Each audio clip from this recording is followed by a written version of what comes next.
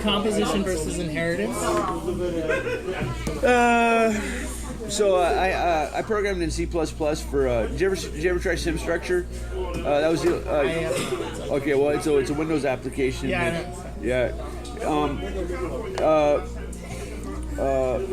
I did not want C++ class inheritance in my Holy C because I wanted it simpler. I'm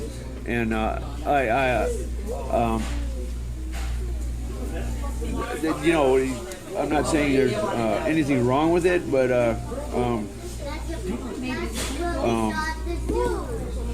some of these things people are a little bit too enamored of. They see something shiny, and like they see something shiny and they just love it. You know what I mean?